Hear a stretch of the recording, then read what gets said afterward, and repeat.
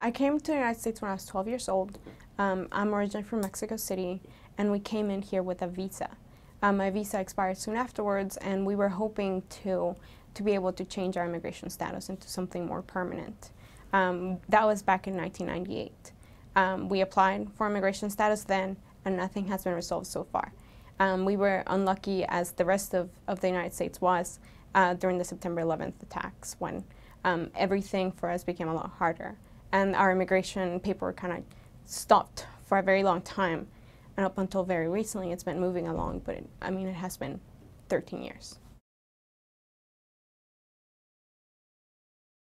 I graduated high school in 2004, and back then, because it was a fairly new bill, I wasn't sure whether I was going to be going to college at all. And when I realized that this law had been passed in 2001, a door opened up to me, and I was able to actually go to college. I went to the University of Texas at Austin right after high school in 2004. I graduated in May 2010 with a Doctor of Pharmacy degree with special honors.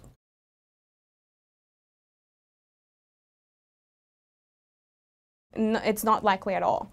In order to practice pharmacy, I need to get licensed, and I can't get licensed. I can't present my licensing test. And it's, again, even less likely that I would be able to get a job as a pharmacist.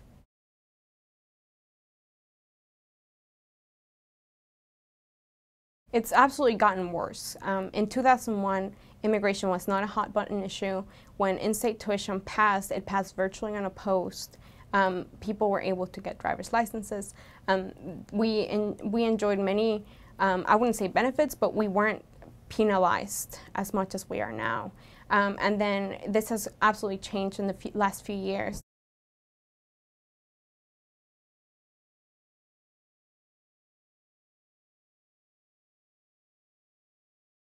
Absolutely, we are not taking advantage of the system at all. The reason why we get in-state tuition, as the law says, and this is a huge misconception, is that in order to qualify for this benefit, you have to have lived in Texas for at least the past 3 years and graduate from Texas high school. And this benefits not only undocumented students, it benefits anyone that qualifies under that criteria. So for that California student, that Arizona student that wanted to go to UT Austin but can't because they'll be paying out-of-state tuition, I would say to them, if you had lived here for the past 3 years, you would qualify for this and you would be paying in-state tuition. The reason why we qualify for it is because we're paying taxes. Tuition gets paid through sales taxes, so myself included and other undocumented students pay taxes every day by just buying goods. Not only that, but we also pay income taxes, property taxes, business taxes. So I would say to them, unfortunately, you're not a Texas resident. I am.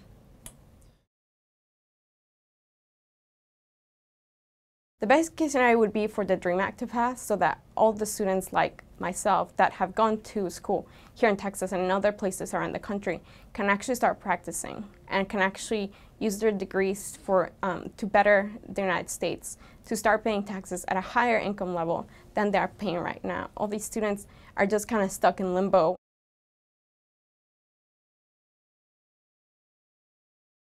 For the people that are against in-state tuition, to really look at the people behind the bill.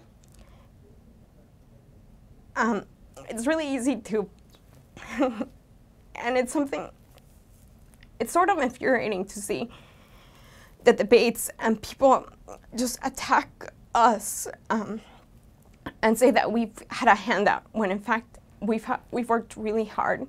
Our grades, our test scores back it up. We have gained a rightful place at the universities that we go to.